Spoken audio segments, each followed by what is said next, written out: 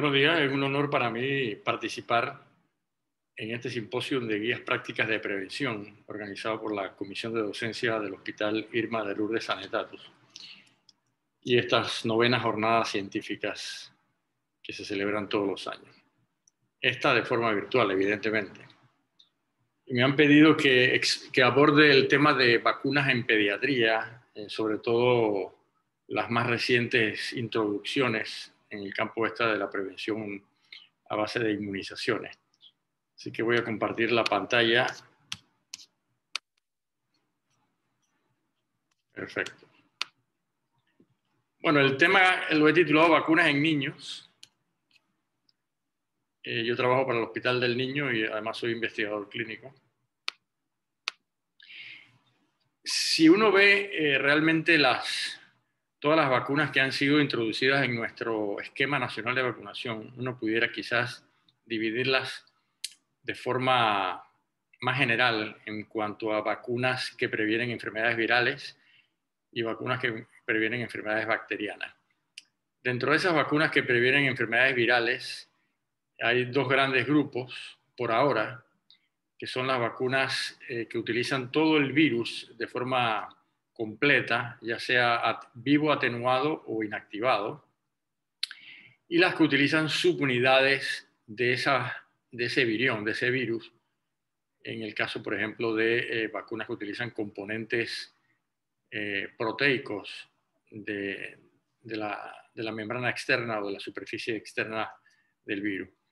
Pero ahora sabemos, incluso ya lo estamos viendo en las vacunas recientes que se han elaborado para el COVID, que también tenemos vacunas que utilizan vectores virales, una especie de otro virus que funciona como un caparazón y como un acarreador de los genes del virus que nosotros queremos prevenir, ya sea a base de adenovirus o de algunos otros virus que se utilizan como vectores de forma eficiente, y vacunas genéticas a base de RNA mensajero o a base de DNA, que aunque las de DNA todavía ninguna ha sido licenciada, ya están en desarrollo, y seguramente en el futuro pues tendremos, además de vacunas de RNA mensajero que han sido las primeras licenciadas con el COVID, a vacunas de DNA.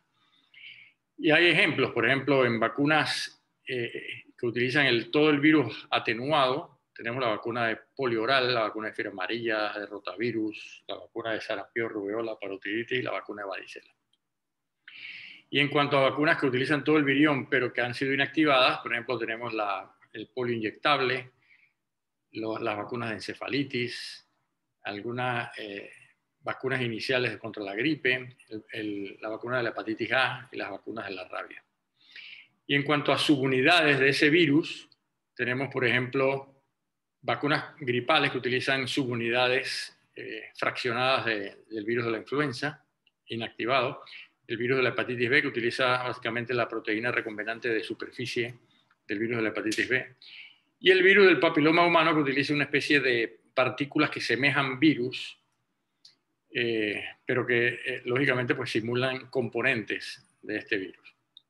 Después tenemos las vacunas bacterianas que pueden ser acelulares, como en el caso de la toferina, que pueden ser conjugadas de un polisacárido con proteínas, por ejemplo, en el caso del hemófilo influenza tipo B, de los meningococos, del neumococo.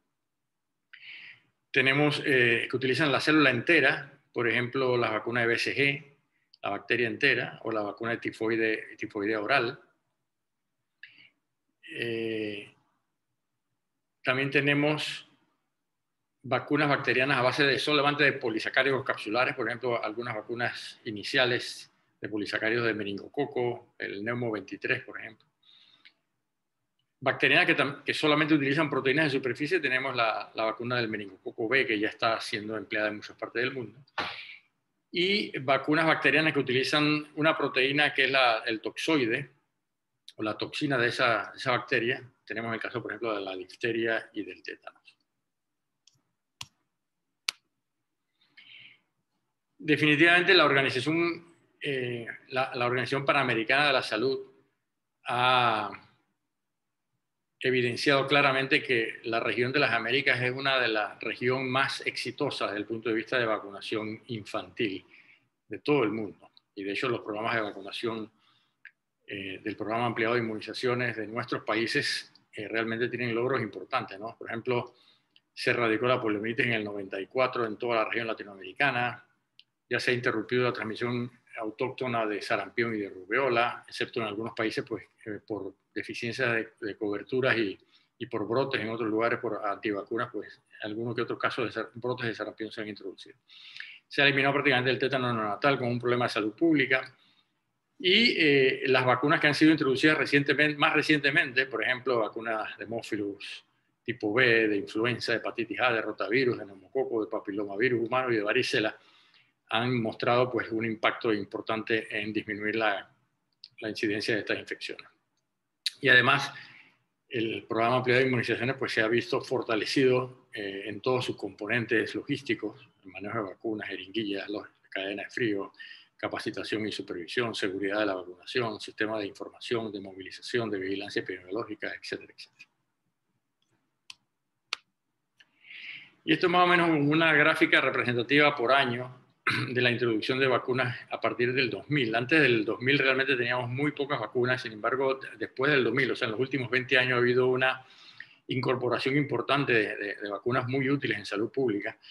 Por ejemplo, en el 2000 empezamos con la pentavalente, después se hizo uso universal de la influenza estacional, después se introdujo la vacuna de la hepatitis A, después de la toferina acelular con difteria y tétano, se introdujo también la vacuna de papilomavirus humano, inicialmente la de neumococo de 7 valentes, que fue reemplazada más recientemente por la de 13 valentes, y mucho más recientemente pues, se ha introducido la vacuna de la varicela. Vamos a hablar de algunos aspectos importantes, por ejemplo, de algunas de estas vacunas, ¿no? El último caso de polio salvaje en todo el continente americano fue en 1991 en Perú. En el 72 incluso tenemos ya 50 años de haber eliminado la poliomielitis. En el 94 se certificó a las Américas como libre de polio. Y prácticamente todos estos logros han sido debidos a la vacunación sistemática con la vacuna oral de polio, o sea, la vacuna de Sabin. Desafortunadamente, pues en el 2000 hubo un brote en Haití, en República Dominicana, de poliomielitis, pero derivado de la vacunación oral por las bajas coberturas en esos dos lugares. En 2012, por primera vez en la historia, han ocurrido, o sea, en los últimos 8 años han ocurrido más casos de poliomielitis derivada de la vacuna que de polio salvaje, lo que ha motivado a muchos países, por una cuestión simplemente de ética, empezar a inmunizar con polio inactivado para ir eliminando poco a poco la vacuna oral y tampoco tener entonces casos de poliomielitis inducidos o derivados de la vacuna.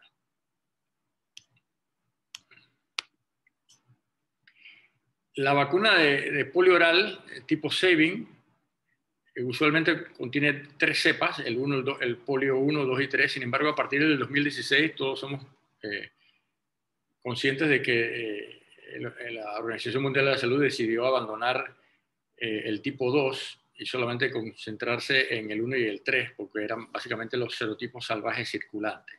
Esto es lo que le llamamos nosotros la vacuna oral bivalente, que es la que se utiliza en algunos periodos etarios aquí en Panamá. Las ventajas de la vacuna de Sabin es que es muy económica, 1 o 2 centavos cuesta la dosis, tiene efecto rebaño porque se elimina a través de las heces y es de muy fácil administración a través de unas gotas. Los riesgos de esa vacunación de tipo Sabin es la poliomielitis precisamente derivada de la vacuna, porque este virus se excreta en las heces y cuando hay, por ejemplo, bajas coberturas o hay inmunosuprimidos, este virus puede contagiar a esas personas y entonces diseminarse en una comunidad que tenga muy baja protección. Se estima más o menos que ocurre poliomielitis asociada a la vacuna oral, un caso en cada más o menos 3 millones de vacunados. Así que aunque es infrecuente, de todos modos, pues, dadas las grandes poblaciones humanas en el mundo, pues, lógicamente, pues, van a aparecer casos. La vacuna inactivada tiene la ventaja de que está dirigida contra los 3 serotipos también, que se puede combinar con otras vacunas y hacer entonces vacunas combinadas, múltiples, y es segura en inmunosuprimidos, porque la vacuna oral, como es virus vivo atenuado, pues no se debe administrar en inmunosuprimidos. Algunas consideraciones importantes actuales sobre la vacuna de polio, por ejemplo, el serotipo 2 salvaje no circula desde hace 20 años.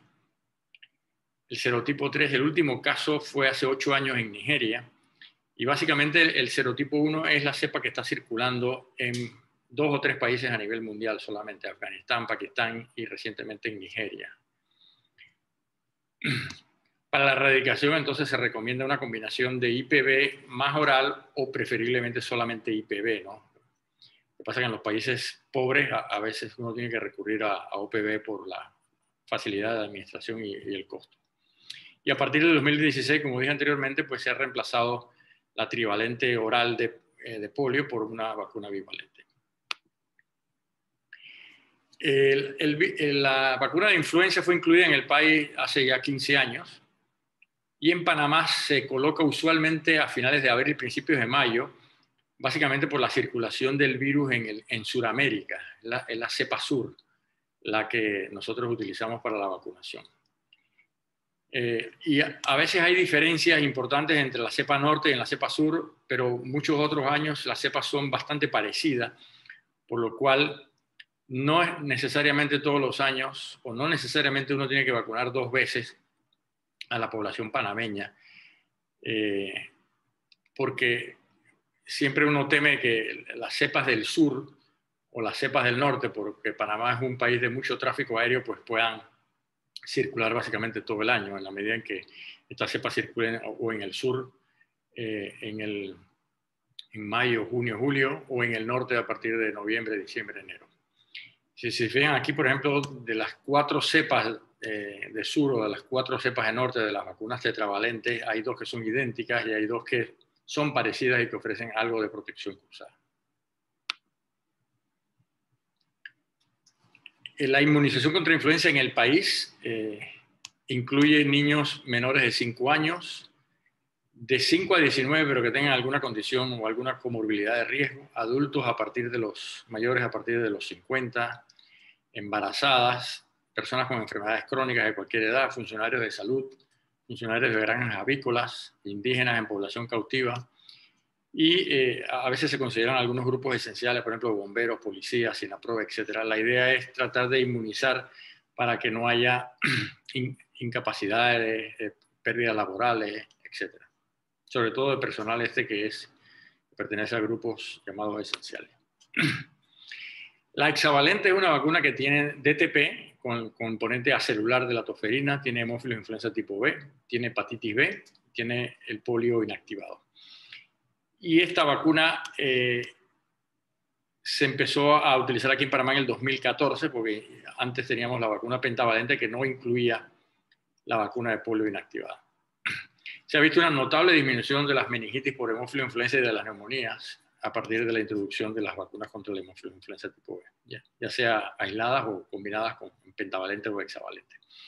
Estos son los esquemas que se utilizan de hexavalente, 2, 4 y 6 meses. A los 18 meses se aplica una tetravalente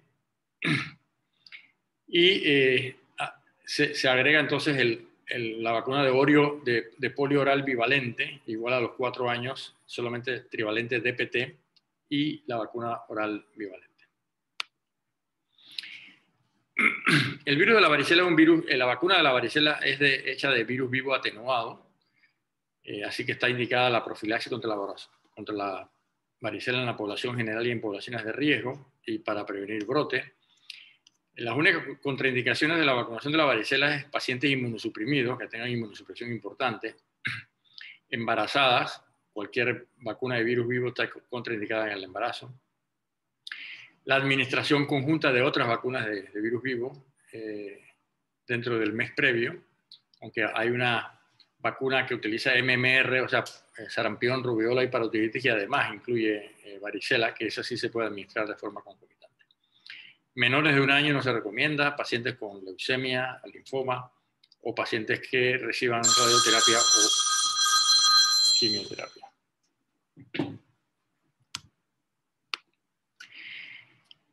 En 2012, o sea, hace 8 años, se incluyó la vacunación de varicela para prevenir brotes. Ya se hizo universal para todos los niños a partir del 2014. Inicialmente la vacuna era una coreana de Green Cross a través del fondo rotatorio. Después esta vacuna, por quizás no tan buena eficacia, se cambió y se está utilizando ahora la vacuna de Merck, que es la Varivax. Este es el esquema a utilizar. A los 15 meses se aplica la primera dosis y a los 4 años se aplica la segunda dosis. Y en brotes que sean mayores de 12 meses de edad, se puede recomendar si hay un brote en una comunidad o en el hospital. Y la segunda dosis se puede dar más o menos 3 meses después de la primera dosis en esas circunstancias. Algo importante con respecto a la vacuna de la varicela es que puede producir erupción, o sea, una especie de varicela leve, usualmente, unos 14 a 30 días después de la vacunación. Puede haber dolor en el sitio de la aplicación, eritema, exantema, similar a la varicela.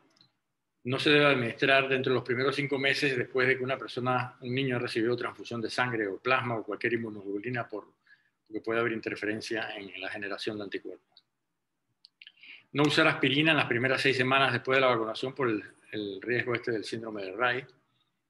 Y las personas vacunadas deberían alejarse de personas de riesgo, sobre todo inmunosuprimidas, por al menos 6 semanas después de la administración de la vacuna.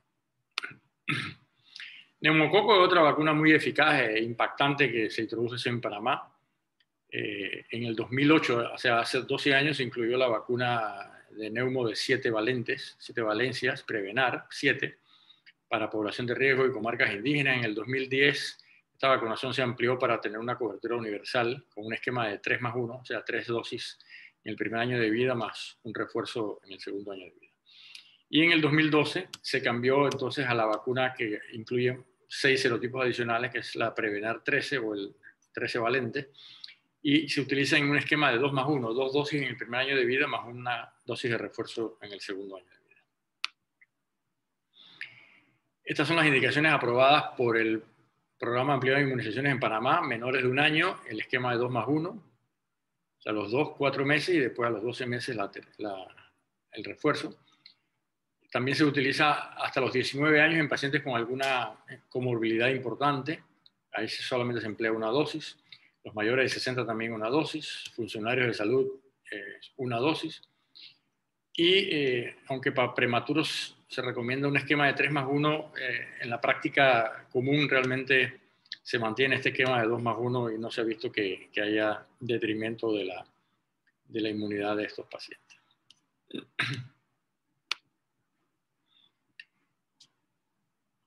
Estos son, por ejemplo, esquemas para los niños que no hayan sido vacunados previamente y que hayan fallado pues, a las dosis, a la edad que le corresponde. Por ejemplo, si el niño viene a la consulta ya después del año de edad, de 1 a 2 años, pues nada más se recomiendan 2 dosis, con un intervalo de 2 meses. Y niños que no fueron vacunados antes de los 2 años y que tienen de entre 2 y 17 años, se puede dar una sola dosis única de esta vacuna de 13 valentes. Vacuna contra el papiloma virus humano. Se incorporó a la vacunación aquí en el país hace 12 años. De hecho, fue el primer país en introducir esta vacuna en el esquema nacional de inmunización de toda la región latinoamericana. La de rotavirus también, nosotros fuimos los primeros en introducirla conjuntamente con Brasil. Inicialmente se incluyó para la cohorte de niñas de 10 años de edad. Hace 4 años incluso se incluyen también los varones de 10 años de edad. Inicialmente se utilizaba la vacuna de Cervarix, que básicamente estaba dirigida contra los serotipos 16 y 18. Y inicialmente 3 dosis, pero ahora se emplean 2 dosis, 6 meses de intervalo. Y hace 5 años se cambió a Gardasil, que cubre 2 serotipos adicionales que son los causantes de las verrugas genitales.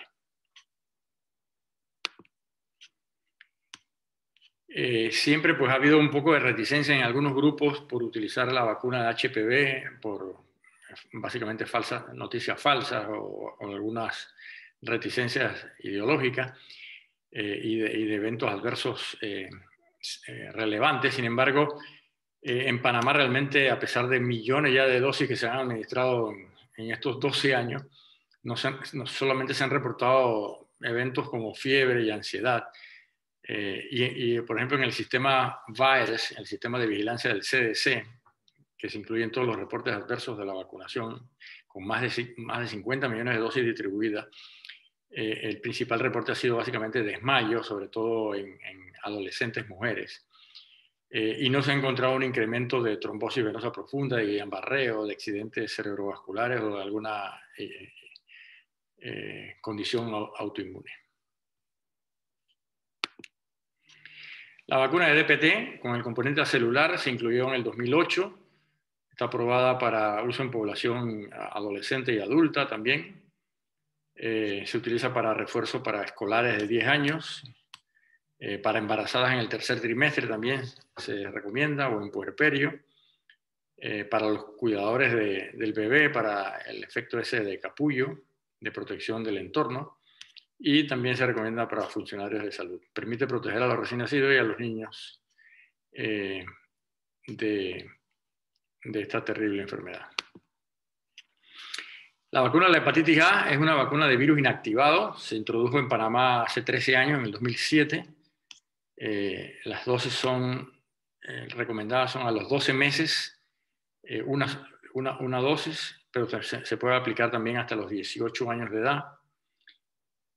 Y el esquema actual es aplicar una dosis a los 12 meses y posteriormente un refuerzo 6 meses posteriormente. Hay algunos estudios en Argentina y otros países en que solamente se emplea una dosis con resultados también exitosos. Pero aquí en Panamá estamos recomendando, o el Ministerio de Salud recomienda 2 dosis, sobre todo en el segundo año de vida, y posteriormente quizás con una dosis basta. También se debe aplicar a funcionarios de salud, manipuladores de alimentos, adultos mayores de 18 donde haya un brote comunitario de hepatitis A. Y lo ideal es pues, mantener un sistema de vigilancia activa de los casos para ser reportados y notificados al Sistema de Vigilancia Epidemiológica Nacional. Esta es una gráfica representativa del impacto que ha tenido la vacunación contra hepatitis A. Nosotros realmente en el Hospital del Niño antes casi no hemos visto ya hepatitis A desde hace mucho tiempo. Antes teníamos varios pacientes ingresados en salas de aislamiento de hepatitis A, pero ahora prácticamente ya no la vemos, la hepatitis A. De hecho, tampoco vemos meningitis por hemófilos y vemos muy poco también las diarreas por rotavirus. De hecho, las salas estas de hidratación oral se han eliminado básicamente y vemos muy pocos niños deshidratados con estas diarreas agudas por rotavirus. Fiebre amarilla no es una vacuna sistemática, es una vacuna básicamente que se utiliza en determinadas circunstancias. Esta vacuna también está hecha de virus vivo atenuado y se cree que la protección puede ser incluso más allá de los 30 años. De hecho, ya no se coloca el refuerzo ese que se colocaba anteriormente cada 10 años. En el 2013 hubo un debate en que si se introducía la vacunación sistemática contra la fiebre amarilla en el país. Sin embargo, esto fue afortunadamente pues, echado para atrás porque la Sociedad de Pediatría, la Sociedad de Enfermedades Infecciosas de Panamá manifestaban que había ausencia de casos de fiebre amarilla en el país desde hacía más de 30 años, que hay posibles interacciones con otros flavivirus y que básicamente se deberían utilizar solamente en áreas de mucho riesgo. Y el área de riesgo son básicamente Cunayala, Darién y Panamá Este, porque se cree que puede haber circulación del virus de la fiebre amarilla de forma enzótica en monos, y estas áreas que a lo mejor están próximas a áreas selváticas pudieran tener casos, aunque casos de humanos realmente tenemos más de 30 años que no se han diagnosticado. La edad aprobada de aplicación es a partir de los 9 meses de edad hasta los 59 años se puede aplicar esta vacuna. Igualmente no se recomiendan embarazadas porque son vacunas de virus atenuado. Uno de los problemas de la vacunación en el país es que a veces hay oportunidades perdidas porque el mismo personal de salud se encarga de diferir la vacunación en determinadas circunstancias, ¿no? Y esto es un punto que realmente es importante que debemos recalcar. Un niño que, por ejemplo, que tenga un cuadro respiratorio, un cuadro viral con fiebre baja, realmente no hay ninguna contraindicación para vacunarlo en ese momento y es mejor vacunarlo para no tener una oportunidad perdida porque el niño a lo mejor vive lejos y no regresa cuando le toca.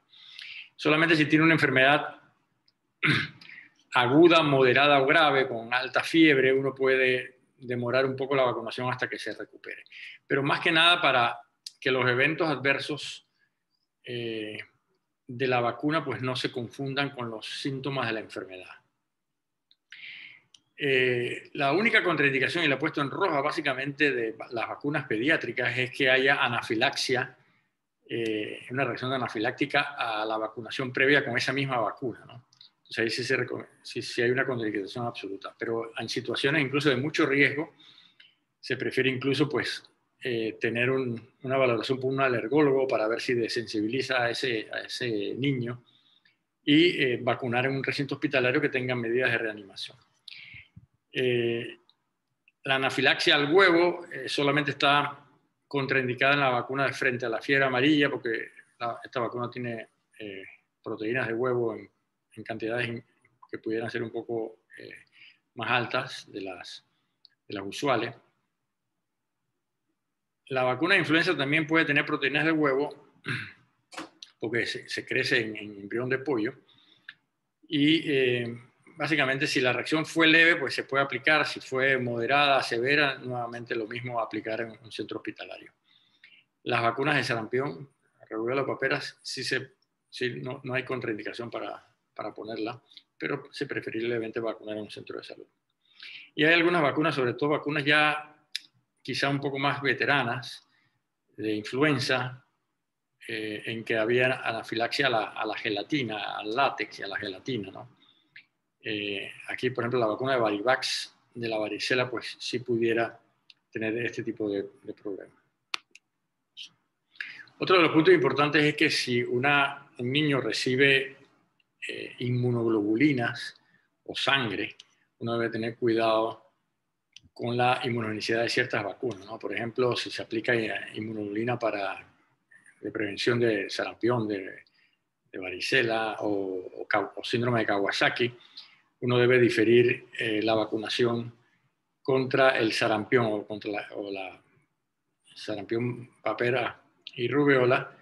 Por ejemplo, se utilizó profilaxis inmunoglobulina contra la hepatitis B por 3 meses, contra varicela por 5 meses, inmunoglobulina endovenosa por 8 meses o por 10 meses, dependiendo de la dosis que se utilice para el Kawasaki. La inmunoglobulina no altera, no tiene ningún problema de interferencia con las vacunas inactivadas o toxoides, son básicamente para las vacunas de virus vivos atenuados. Y hay algunas vacunas ahora que ya están en investigación y que muy prontamente, a lo mejor en el país, pues las veremos introducidas en nuestro esquema de inmunización. Por ejemplo, hay una vacuna ya aprobada en más de 20 países contra el dengue, se probó hace unos 4 años, es una vacuna de Sanofi que se llama Dengvaxia y que está recomendada por la Organización Mundial de la Salud en países donde el virus es endémico, en zonas donde hay una prevalencia mayor del 80% de personas que hayan tenido dengue previamente, porque en los que no han tenido dengue previamente puede haber un riesgo de exacerbación de la inmunidad de la enfermedad cuando uno aplica la Dengvaxia. Así que se prefiere en lugares donde haya mucha seroprevalencia de dengue en un país, ¿no?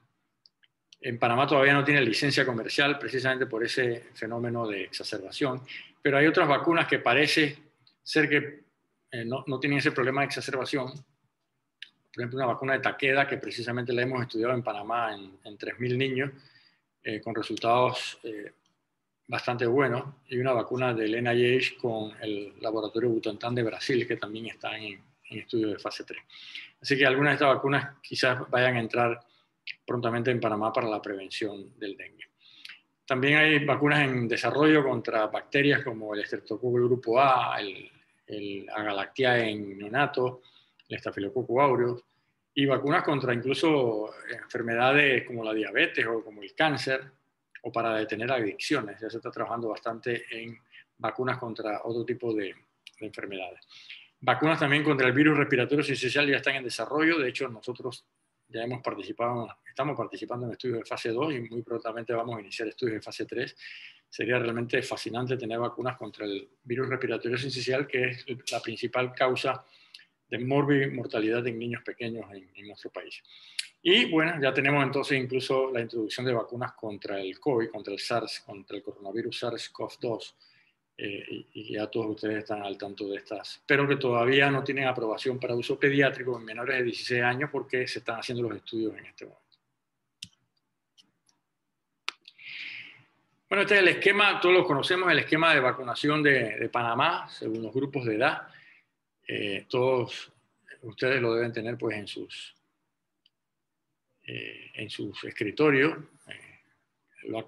Se actualiza todos los años, aunque ha habido muy pocos cambios en los últimos años, precisamente porque es un esquema bastante completo, de hecho de los mejores de la región y del mundo,